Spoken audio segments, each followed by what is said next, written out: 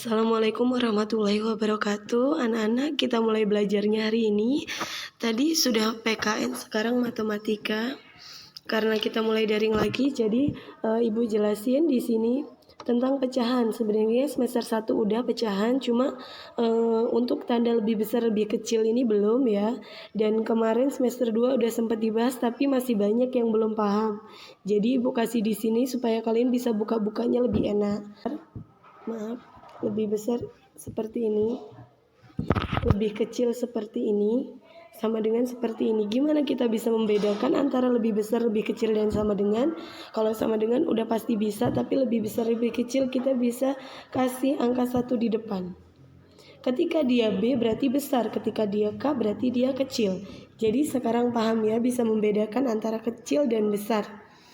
Tanda lebih besar, lebih kecil. Nah, sebenarnya ini di kelas bawah sudah pernah dibahas, tapi bukan dalam bentuk pecahan. Misalnya 3,4. 3 lebih besar apa lebih kecil dari 4?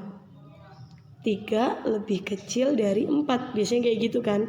Tapi kalau sekarang kita udah belajar pecahan, jadi lebih rumit lagi, tapi mudah-mudahan kalian tetap bisa belajar terus, dipelajarin terus ya. Langsung aja ke contohnya, 2/4 sama 3/4 misalnya. Contohnya ya. Di sini 2/4 kita anggap 2 ini, pembilangnya ini sebagai coklat dan 4-nya ini sebagai manusianya. Jadi 2 coklat, penyebutnya manusia ya, 2 coklat dibagiin orang 4. Jadi 2 coklat dibagiin orang 4 sama 3 coklat dibagiin orang 4 itu banyakan yang mana? Jelas banyakan 3. Kalau ini dapatnya setengah-setengah, kalau ini setengah lebih karena coklatnya lebih banyak. Jadi 3 coklat dibagiin orang 4 lebih besar. Tapi tandanya kalau yang kanan lebih besar berarti dia lebih kecil. Kalau yang kiri lebih besar baru lebih besar.